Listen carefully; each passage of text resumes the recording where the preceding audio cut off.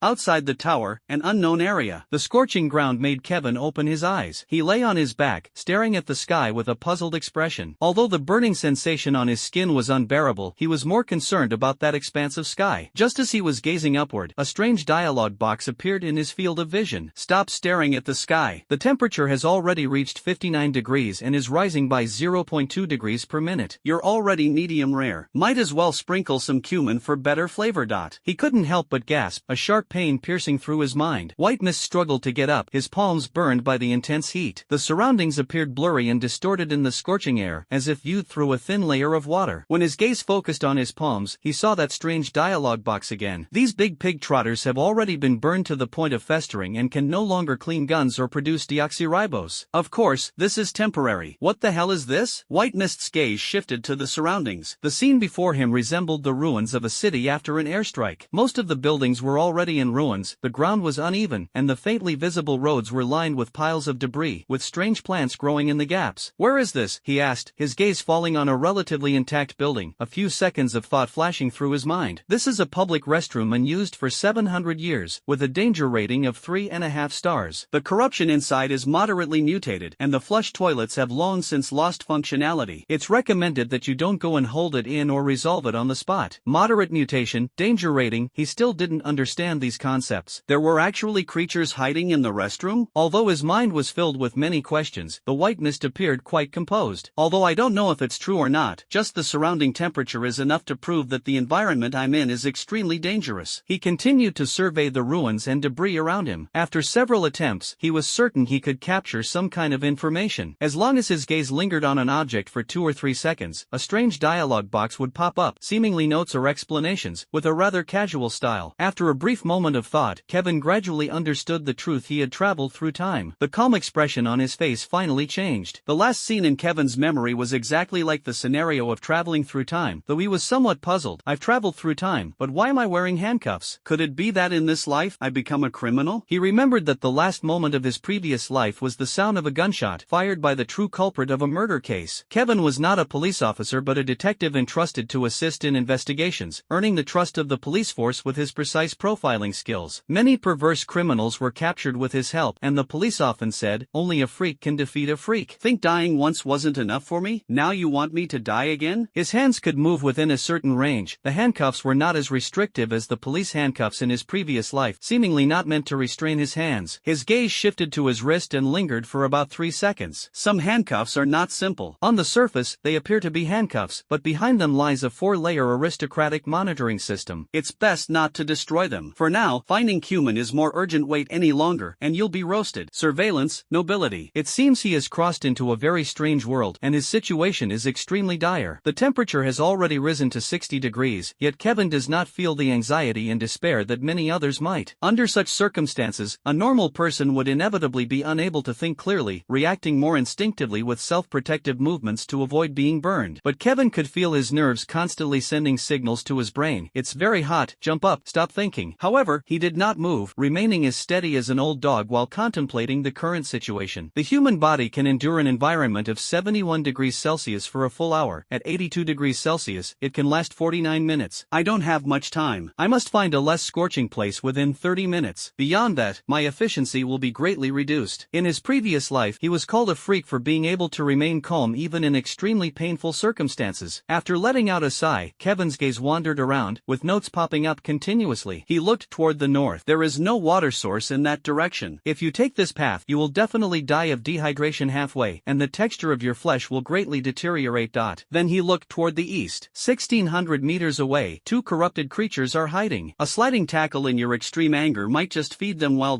Then look toward the south. Bingo! You found a correct answer. There's a surprise over there. That saying is true. When in doubt, choose C. The White Mist did not question the strange note it saw. He was not clear why the information in these gazes existed, but in the current situation, if he chose to do nothing, he would undoubtedly die. He decided to take a risk. To the south of the street, there was still a row of ruins and debris. As Kevin walked, he observed the surroundings while calculating how much longer he could hold on. Inside the tower, the 4th floor of the high tower. If this were a game character, the health bar would drop to 0 and collapse. As long as it hasn't reached 0, most game characters can still move energetically, and even counterattack with low health. But reality is not like this. In reality, when humans are in a so-called mild low health state, their consciousness, physical strength, and mobility will significantly decline. At this moment, on the fourth floor of the high tower, the nobles showed puzzled expressions. Hey, is this a scam? Why isn't he dead yet? Didn't they say the blue zone is an extreme temperature world? Why does he look completely unbothered? Is this really the exit through the blue door? So far, he's already survived for dozens of minutes. Why hasn't a single monster appeared? I want to see a massive fallen beast. The dealer wouldn't have found a gifted person to pretend to be a slave, right? My goodness, he looks so calm. An actor? This is basically the white zone. If it were me, I could do it too. The gamblers questioned whether the dealer was cheating. A lowly wretch who was supposed to die quickly not only survived but even appeared calmer than those slaves who had previously exited through the white door. This was truly abnormal. There are 6 doors to exit the tower, each corresponding to a different color. The white door is one of the relatively safer options among the 6. In the past, slaves could struggle for a while after passing through it, but exiting through the blue door drastically increases the difficulty of survival, leading to a more twisted and bizarre world. They place bets not to watch escape rooms or wilderness survival but to anticipate someone's helpless demise. The terrifying specter tears apart its prey, and the thrill of blood excites this group far more than winning or losing. In the VIP seats, the beautiful woman wearing half a bronze mask frowned. This time, the slave seems somewhat unique. Indeed, White Mist is extraordinarily unique. The more extreme the environment, the clearer his mind becomes. However, up until now, the host's memory remains missing. This quality of transmigration is practically a shoddy project. Was the host's brain dug out by Dave? Not a single memory left. While thinking, Kevin saw the scenery ahead, suddenly quickened his pace, and simultaneously used his eyes to confirm whether it was an illusion. This is not a mirage. You have indeed found a water source. Don't be surprised to see a water source in this kind of weather. The physical rules outside the tower are not governed by Newton and others. At the end of the road, a water column was spraying out from the roadside fire hydrant. White Mist felt puzzled by this for 2 main reasons. A place uninhabited for 700 years still has functional equipment. Theoretically, these things should have been scrapped within a decade or so. It seems the city is not entirely uninhabited, or at least not devoid of life. In 64-degree weather, these liquids are actually ice cold. The water comes from underground, but why is the temperature so low? In such a high-temperature environment, even underground water should at least be warm. Wait a minute, the notes mentioned that the temperature rises at a rate of 0.2 degrees per minute, which means the initial temperature might have been very low and changed rapidly, leaving the underground water no time to warm up. White Mist's curiosity about this world grew stronger. Clearly, this is a place with extreme temperature differences between day and night. The previously mentioned 700 years of uninhabited conditions indeed make it unsuitable for human survival. So where exactly do humans live? Forget it, I need to survive first. If I stay in the sun for another 5 minutes, I'll faint from dehydration. He already had an idea in mind. Since the water underground was so cold, at least the temperature in the sewer wouldn't be so extreme. Near the fire hydrant, the White Mist quickly found an entrance leading underground. The manhole cover had already been pried open. Looks like someone has explored this before. He didn't think much about it. His body was already nearing its limit, and he had to find a place with less extreme temperatures to rest for a while. Upon entering the sewer, surprisingly, he didn't smell the pungent stench. The light dimmed, and the White Mist tried to focus its vision in the darkness. Oh, my old buddy, if you can't see clearly, there's no way to analyze. I beg you, can you evolve talent sequence 929, enhanced vision? If not, in this kind of environment, you'd better walk slower, or I swear I'll use my boot to kick your butt hard.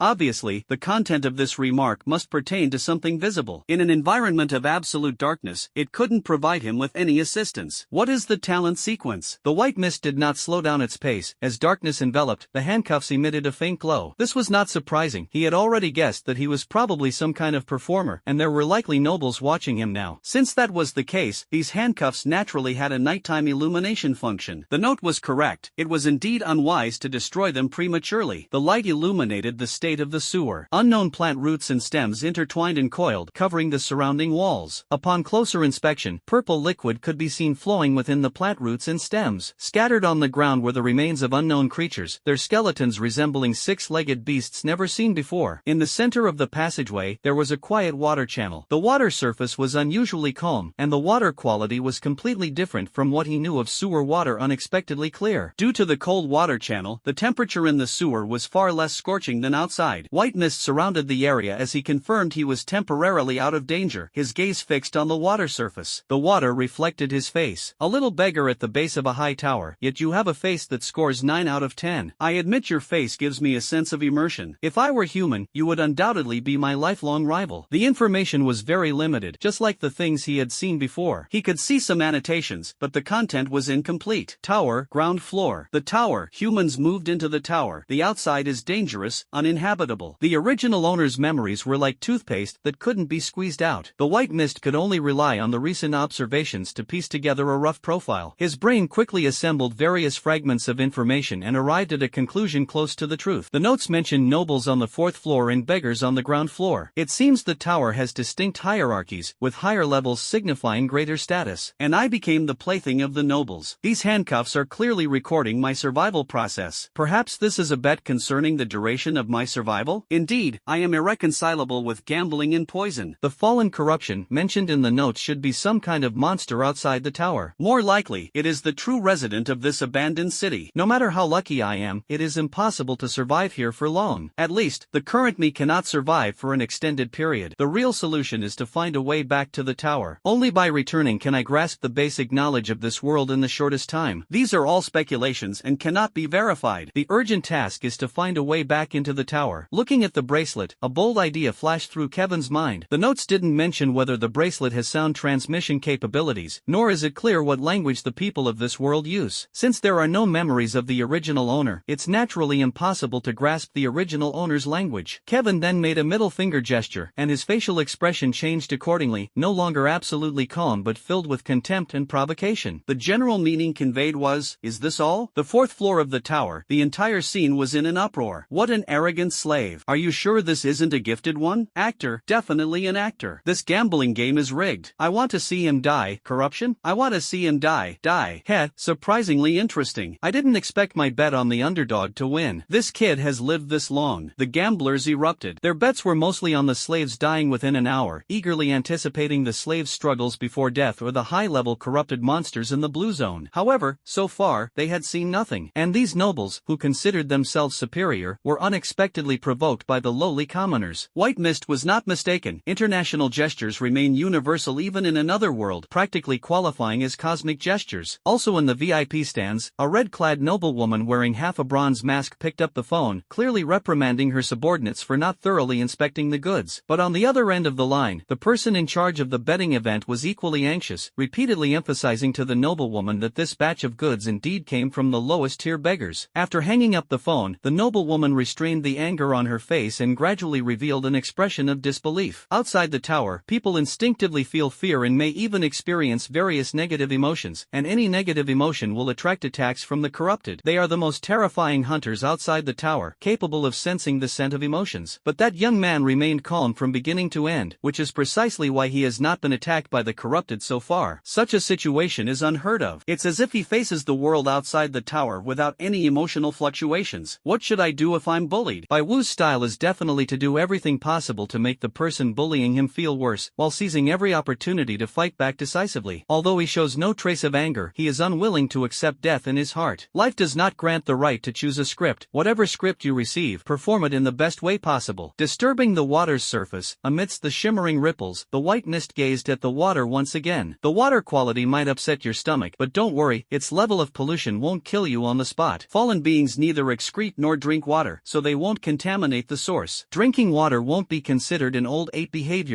The fact that the water was drinkable greatly surprised the white mist. Ignoring the pain in his hands, his festering hands repeatedly scooped up water, drinking until he was half full. After enduring the scorching heat, the sudden refreshment of drinking water felt like coming back to life. Next, the white mist began to explore the surrounding terrain. In the current hypothesis, the gamble is the most reasonable. Since it's a gamble, the dealer must control the game. There is no casino in the world that truly lets guests gamble on luck. That would be no different from a charity. So my survival time will definitely be influenced by the dealer. After the provocation just now, they should be thinking of ways to deal with me. White Mist showed no trace of panic, even revealing a strange smile. The methods of the Zhuang family might be completely ineffective, but staying here would also lead to freezing to death. In a situation of either life or death, the secretion of adrenaline increases significantly. This heightened state of excitement fascinated White Mist, and he began to carefully scan his surroundings. The methods of the dealer, I absolutely cannot handle, but I am not the only one in this place. After walking in the sewer for a while, the White Mist continuously focused on various pipes and finally locked its gaze. A 20-year elite level fallen, only 300 meters away from you. Within this range, even a hint of negative emotion will attract it. How about singing good luck comes right now? Fallen. The content in the notes made Kevin feel quite lucky, the right time, place, and people allowed him to at least have the advantage of place and people. He was not flustered at all. In fact, the catchy melody of Good Luck Comes started playing in his mind. Surviving outside the tower is difficult. The environment is one factor, but if there are no terrifying monsters, human technology shouldn't be powerless. The 700-year-old buildings mentioned in the notes resembled the architectural style of his previous life. The existence of slaves implied that the social system might have regressed, but technology shouldn't be so backward. Negative emotions can attract corruption, and the range of corruption's detection is quite broad. I haven't encountered any corruption so far. I really am a positive energy boy. Bai Wu encountered his first challenge: sadness, fear, anger. These negative emotions were all unfamiliar to him. In other words, corruption couldn't sense him. Does pretending to be scared count as being scared? In his previous life, Kevin, due to a unique childhood experience, lacked the ability to empathize with certain emotions. As a result, he could remain unusually calm when faced with dangerous situations. This trait also left him with almost no friends. Only when encountering a suspenseful case would people think of this oddball. Fully aware that the current predicament wouldn't make him angry, sad, or fearful, Kevin did not lose heart. After all, he had a better solution. Forget it, Plan B. He waited silently, constantly making faces at the handcuffs, reenacting all the provocative gestures he used to make when bullied as a child. Though he was 18 or 19 years old, he looked like a mischievous kid. Some wealthy women on the 4th floor of the tower, who also witnessed this scene, couldn't help but feel a pang of sympathy, thinking that this little slave really shouldn't die. His handsome face and playful antics made them wish he could skip 20 years of struggle. Meanwhile, the male audience members were even more eager for Kevin's death. The target is in the blue zone. You need to disguise yourself as a humanoid fallen to retrieve the goods. The audience will think the goods were killed by the fallen. In a dark room on the 4th floor of the high tower, a man resembling a steward was conveying the master's orders. His expression was serious, as the variables in the gamble had clearly exceeded his expectations. Understood. Responding to the steward was an elite guard raised by the gambling house. What is your talent sequence? 755, steel armament. Accompanying power, tier 2, stage 4. Your abilities are quite decent, but the corruption in the blue zone is very strong. You'd better keep your emotions in check. Rest assured, I will focus on the prey and avoid the corruption. The butler nodded and said, very well, caution is your strength. Head to the teleportation area outside the tower. This is the region number where the target is located. Outside the tower, it is known as the random world. Temperature, time dimensions, gravity coefficients, and even space are in a state of irregular change. Leaving through any door and heading to any area is uncertain. Each time someone leaves, the tower's portal generates a numbered code. Anyone leaving the tower afterward who wishes to go to a specific area must input the corresponding code, but the code is only valid for 3 days. Simply put, if someone goes missing outside the tower and loses the means to return, and the rescue team cannot find them within 3 days, it essentially means this person will be trapped outside the tower forever. Because once the code expires, the destination of those leaving the tower again becomes unpredictable. So far, people only know that the tower is humanity's last refuge, the final cradle of human civilization. But where is the tower located? How should the map of the world outside the tower be drawn, remains an unsolved mystery, because every time someone leaves the tower, where the portal will send them is always unknown. Outside the tower, in the sewers of an unknown city ruin, the white mist reminded him of the Teenage Mutant Ninja Turtles from his previous life. If one can endure the filth and stench, could living in a sewer perhaps feel like residing in a luxurious high-rise apartment? The body's functions gradually recovered, and the temperature was slowly rising. Judging by the time, the temperature on the surface was probably already 77 degrees, a truly auspicious number. Just then, he heard footsteps. They're here. He did not look in the direction of the footsteps but instead turned his gaze in the opposite direction. That was where the fallen resided. The notes remained unchanged, and the distance was still 300 meters. It seems that the corrupted beings' 5 senses are not strong. Their perception of humans mainly relies on emotions. Truly fascinating creatures. Following the faint sound of footsteps, Kevin's gaze focused on a certain spot. Companion power, tier 2, stage 4, talent sequence 755, steel armament. Their strength could probably last 3 rounds against the corrupted being behind you, a so-called General Pan Foam. Of course, you, Xing Dao Rong, shouldn't get too cocky either. Additionally, this person is cautious and suspicious. He saw the talent sequence again. Previously, it was 929, enhanced vision, and this time it was 755, steel armament. This should be some kind of ability evolved by humans. But why are there numerical sequences? He is not yet clear about this concept, but the most crucial piece of information is that this person is cautious and suspicious. Although the notes may not provide a comprehensive analysis of things, they can still offer some useful information. The white mist quickly figured out what it needed to do. Although he doesn't possess much emotional empathy, he has tried to make friends with others. To that end, he once logged into NetEase Cloud Music at midnight and wrote numerous gloomy posts. He also visited the anti-stress bar, where he passionately criticized certain professional players with eloquence. In short, a great teammate from Zon and a master of gloomy humor on NetEase Cloud Music. Of course, these did not help Kevin make friends, because after learning these, he became more precise in piercing someone's heart, significantly enhancing his ability to make others feel depressed and angry. Judging from the sound feedback, I am tens of meters away from him, but the pipes are winding, so he cannot approach me directly. Bai Wu naturally also considered that the other party might be a terrifying existence that defies Newton's laws, but if that were truly the case, any scheming would be meaningless. So he did not hesitate and began his psychological attack. "Oh, my old mate, you finally arrived. You really should go back to the womb and get your legs and feet remade. This dawdling speed is practically like the stupid groundhog race by Mary next door. No, it's even worse than that. To provoke someone, there must be a prerequisite, a shared language." Kevin wasn't sure about it. The footsteps paused for about a second, then became relatively hurried. "You don't seriously think a lowly little beggar could survive in a place like this for so long, do you? You don't seriously think this is just a simple assassination mission, do you? No way, right?" This time, the footsteps paused for a full 5 seconds, then became slow again. After 2 simple confirmations, the white mist revealed a strange smile. After the insults, the other party quickened their pace, not out of anger, but to quickly locate them through the sound. Following the pretentious mockery, they clearly paused due to thinking. Being naturally cautious, they subconsciously believed the other party's words to be true, thus slowing down their pace. This indicates that the language of this world is connected to the previous life. A protagonist who can't use verbal tricks is destined not to survive until the finale. Thanks to the beauty of the Chinese language, it has given me the chance to showcase my verbal skills. You joined the bet too, didn't you? Am I right? The betting scene must be quite chaotic now, with plenty of people wanting me dead. So your boss sent you to deal with me. But the white mist dragged out the last syllable and continued. "How can you be sure this isn't part of the plan?" A lowly beggar who should have quickly died outside the tower not only survived but mocked everyone, creating maximum entertainment value, right? It's all just part of the boss's task. And at this moment, your boss sends you, this poor soul, over to kill me. Everyone is eagerly anticipating you tearing me apart. When I saw the script, I laughed sadly, because you won't tear me apart, you will remain here forever. And as for me, I will step over your corpse and continue mocking these nobles. By then, the house will open a new betting round, and the gamblers will become even more frenzied. This bold statement was pieced together by Kevin through reasoning based on fragmented information from previous notes. The latter part was naturally fabricated, but it still holds a certain degree of feasibility. The truth requires bold assumptions and careful verification. However, time was tight, leaving no room for careful verification, so Kevin decided to take the risk. The footsteps stopped. The other party was clearly startled by White Mist's remarks. Cautious people are always suspicious. They tend to imagine the worst-case scenario. The worst-case scenario naturally instills fear. Panic. Even the slightest fear is fatal in the blue zone. White Mist looked back. The notes had changed. The distance between the fallen and himself shortened, clearly sensing his negative emotions. At this moment, the White Mist seemed to have turned into a true pervert, letting out a chilling laugh. "Isn't it an interesting script? Next, please close your eyes, perk up your ears, and carefully listen to the sounds in the air. Can you hear its footsteps? Guess what I've prepared for you." The scent of fear guided the fallen closer, shortening the distance between them, and the fallen's speed was increasing as well. Because after listening to Kevin's words, the hunter who came to kill him also sensed the aura of the terrifying fallen evil. Once fear begins, it is difficult to forcibly stop, especially when danger is approaching. Kevin stood quietly in place, patiently waiting. He did not risk looking at the shape of the fallen evil, but he hoped it would look a bit cute. Not long after, he heard the sound of zombies devouring flesh and blood from an apocalyptic movie, accompanied by the screams of humans. 15 minutes later, as his gaze focused and gathered feedback, Arrow had already eaten his fill and returned to his previous spot. The white mist moved deliberately, following the scent of blood until it found a corpse. The body was gutted, its internal organs mostly consumed. Though the clothes were tattered and stained with blood, something hidden within remained intact. After a thorough search, the white mist discovered a small, palm-sized disc made of black iron. He roughly guessed its purpose. Focusing his vision, he quickly confirmed his suspicion. A return device, very simple, twist it, and you can roll back to where you came from. But this process takes a minute, which is slower than the 8-second recall, so make sure there's no Garen in the bushes. After confirming the usage of the return device, Kevin planned to leave. However, just as he was about to turn the disc, a dialog box appeared again. Current area exploration rate, 4.5%. Remaining corrupted creatures, 35. The Doomsday puzzle fragment for this area has not been obtained. My evaluation, just going through the motions. But for a newcomer, surviving counts as clearing the level. Suggestion, abandon this scene for now and leave as soon as possible. Exploration rate, Doomsday puzzle. It's another unclear concept, and this note should only be visible to him. In other words, others are unaware of the existence of the exploration degree and the doomsday puzzle. It seems this city ruin hides some secrets. No, to be precise, the world outside the tower holds many secrets. White Mist didn't hesitate. Although he was curious about what would happen after achieving 100% exploration and finding the doomsday puzzle, he didn't change his plan. He politely smiled at the handcuffs. This calm and breezy smile was more mocking than all the previous provocations combined. The gamblers in the casino began cursing, and then he effortlessly broke free from the handcuffs, a process so smooth it left Kevin puzzled. Hope the tower will be a bit more interesting. A minute later, Kevin's figure disappeared into the sewer. The second level of the tower, the 7th squad camp of the Survey Corps outside the tower. Name, Kevin, age unknown, estimated to be 18 or 19, gender, male. The leader of the interrogation team reported to the squad leader and, after about 3 seconds, awkwardly added, That's all. That's all? 5-9 frowned, while Lumu beside him burst into laughter. 5-9, your 7th squad's interrogation skills are really lacking. After all that time, you only managed to get a name and gender. Oh, wait, you didn't even need to ask about the gender, so you basically just got a name? The leader of the interrogation team lowered his head, not daring to refute, silently muttering in his heart that the name was given out of courtesy by the other party. Lumu was 2 meters tall, with a burly physique. In contrast, Wu Jiu appeared quite small and thin, standing at 1.6 meters tall, and without shoes, barely 1.59 meters. He originally had a pleasant name, Gu Qingyu, but ever since Lumu started calling him Wu Jiu, the other squad leaders followed suit. Although he was only 1.59 meters tall, he was the most formidable ace in the entire Outer Tower Investigation Corps. Wu Jiu rolled his eyes at Lumu, ignoring him, and instead asked, "Give me an explanation." The leader of the interrogation team showed an even more awkward expression. "Captain, honestly, none of the interrogation techniques work on him, and instead, we've been led by him the whole time. Being led by the other party, failing the interrogation and even being tricked into revealing information?" Lumu showed a look of surprise. Joking aside, he would never truly doubt the abilities of the interrogation team. The 7th squad was the elite of the investigation corps outside the tower, excelling in interrogation, internal affairs, combat, and intelligence, truly the best in the entire corps. "Who exactly did you capture?" Lumu asked curiously. 59's expression was solemn, his almond-shaped eyes fixed on the interrogation team leader. "Tell me the specific details." The interrogation team leader, likely encountering such a tough case for the first time, said with grievance, "4 members from my team went in, and all 4 ended up being the ones questioned during the interrogation. Neither coaxing nor threats worked on him. Instead, he often pointed out the flaws in our interrogation methods with striking accuracy and even told us how proper interrogation should be conducted. You might not believe it, but by the end of the interrogation, it felt like my team members were students and that kid was the teacher. None of the traps we set worked on him. On the contrary, he seemed to understand the personalities of my team members and indirectly grasped the current situation." Hearing this, Wu Jiu's expression became less grim. "What did he ask?" "That's the stranger part. The questions he asked were either ones we couldn't answer or so simple that we didn't know how to respond. For example, how many floors does the tower have? Who knows such a thing? Everyone only knows there are currently 6 floors, but no one has been to the 6th floor, so we don't know if there's a 7th floor above it." Then he asked again about the power of symbiosis and the talent sequence. These are questions even children know the answers to, yet he was unaware and repeatedly inquired about several details. After that, he also asked about the matter of corruption. The questions he asked seemed to genuinely seek answers, rather than intentionally posing simple questions. Oh, and he also requested a copy of the talent sequence periodic table from me. 59 and Lumu exchanged a glance. Lumu tentatively said, "I don't know where you found someone like this, but my Team 13's interrogation unit is short-staffed. How about you let me have him?" 59 replied irritably, "Recruit him for interrogation? You're really using a sledgehammer to crack a nut. What's going on?" Lumu grew even more interested. Wu Jiu didn't hide anything. 5 months ago, we received a report about the unexplained disappearance of people from the lower levels. The missing were all thugs and orphans, the kind of people whose deaths wouldn't matter to anyone. The report was filed because one of the missing owed a loan shark, and the creditor reported it. Lumu was puzzled. Matters inside the tower. Why should we care? Shouldn't the High Tower Town Defense Corps handle it? Wu Jiu sneered, "Those noble soldiers? You know what kind of people they are. They don't care about the poor. My gut told me there was something off about these disappearances, so I kept following the case and eventually traced it to a certain gambling ring." Lumu was no stranger to the absurdity of the upper class and nodded, saying, "Looks like the nobles couldn't bear the boredom and started playing Hunger Games again? Pretty much that sort of thing. But the dealer's position is not simple, and the location of the weekly gambling sessions is unclear. All we know is that it's on the 4th level. As you know, the 4th level isn't very friendly to our investigation corps." Lumu nodded. The High Tower Town Defense Corps and the Outer Tower Investigation Corps were both established by the ruling class of the 5th level. However, due to the low survival rate of investigation, operations outside the tower. The investigation corps was also known as the refugee corps. Children from wealthy families generally didn't consider joining the investigation corps but opted for the high tower town defense corps instead. Such a recruitment mechanism also determined the severe corruption and bureaucracy within the garrison corps. At the same time, it also established the inferior status of the survey corps. In such a clearly hierarchical tower, everything has its rank. Digging further will be very troublesome. The Zhuang family's influence is significant, and the gamblers are all prominent figures, making it hard to find a breakthrough. But this week, I received an anonymous call. An anonymous call? 59 slowly said. You absolutely won't believe how things have developed. Damn, stop keeping us in suspense, just say it. Wu Jiu spoke unhurriedly. The so-called gamble is actually a group of people watching how the lowly commoners die. Their gambling involves capturing people and sending them outside the tower to see how long they can survive. Lu Mu had heard of this before. He also knew that most of the nobles on the 3rd and 4th levels didn't consider the people from the lower 2 levels as human.